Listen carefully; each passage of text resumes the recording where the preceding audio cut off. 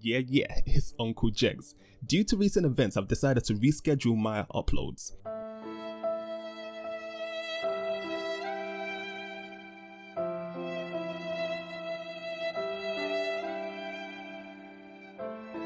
Stop it. Get some help.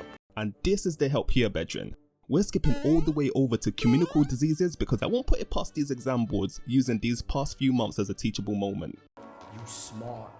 This is the first lesson on communicable diseases, and here are our success criterias. We're mostly going to focus on how diseases spread, the links between lifestyle and health, and also interpreting data. And don't worry about this last row over here, we'll do this another time. Anywho, let's chop some science.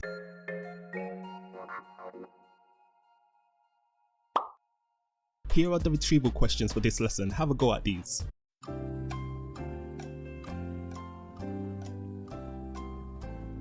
Mark and correct your work, no cheating. Health is a weird thing. We define health as a state of physical and mental well-being. It is possible to have impeccable mental well-being and lacking the physical well-being, and obviously vice versa.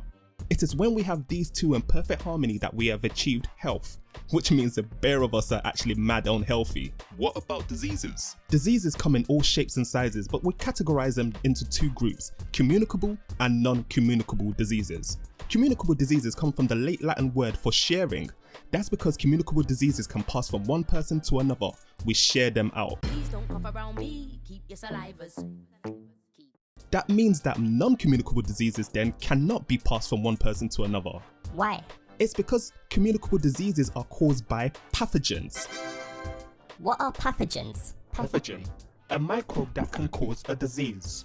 The plague was caused by a bacterium, athlete's foot is caused by a fungus, malaria is caused by a protist, and SARS is caused by... When these pathogens spread from one person to another, they infect a new individual and they then develop the disease themselves. Bruh. How do they spread? Well, let's ask a pathogen. Well, Mr. Pathogen, this question is to infect 1 million individuals. Are you ready? Yeah, boy. How do pathogens spread from one person to another person? Is it A, by air, B, by direct contact, C, by water, or D, all of the above? Light work. D, all of the above. Final answer? Final answer. You started off by infecting just one individual, patient 0. The government was slow to act. You've just infected 1 million individuals. I am in no way making fun of the number of cases that are around the world. I understand how serious this pandemic has been, just using some silly humor to keep our mind frames from wandering into some deep states of depression. Thank you for watching. Now back to the lesson. When you cough or sneeze, you release millions of pathogens into the air, and if someone happens to walk into that cough cloud, their immune system will get super violated. Jesus Christ! Direct contact comes from non-social distancing activities or from touching surfaces that as an affected person has already touched. Ew! Finally, some spread via water and food. Raw chicken, for example, and unpasteurized milk, which is milk straight from the cow with no treatment. He needs some milk. Oh, we finished the first row already. You loyal. Other than pathogens, these 3 factors can impact your health: diet, stress, and life situations. Malnutrition is when you don't get the right amount of nutrients in your diet. Lack of iron leads to anemia, and lack of vitamin D can lead to rickets. Obesity is defined as having a body mass index of 30 or more. BMI, body mass index, is your mass in kilograms divided by your height squared in meters. Working at my own BMI, I come up to 21.34. This classifies me as normal. Stress has actually been shown to increase the risk of heart disease, certain cancers, and mental health problems. This is due to the release of stress hormones, which can alter the way your body functions. Life situations include things like location, gender, financial status, ethnicity, level of free healthcare, children, and local sewage. The location you live could have a lot of pollution there, or it could be the breeding ground for some diseases. Some diseases exclusively affect one gender, for example ovarian cancer. The poorer you are, the less likely you are to eat healthy foods, etc.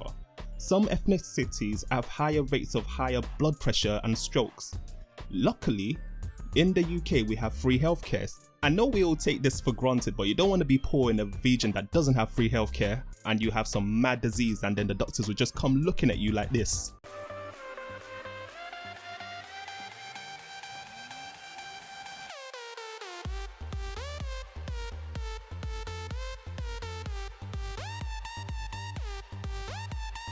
A lot of these factors were discovered by plotting data on scatter graphs and looking for correlations. Match up the boxes with the appropriate graphs.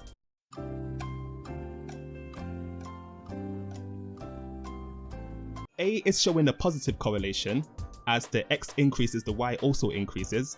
B is showing a negative correlation. As the X increases, the Y decreases. And C is showing no correlation. This graph here shows the death rate of 3 different diseases. State the trend of each, so stating just means giving simple answers.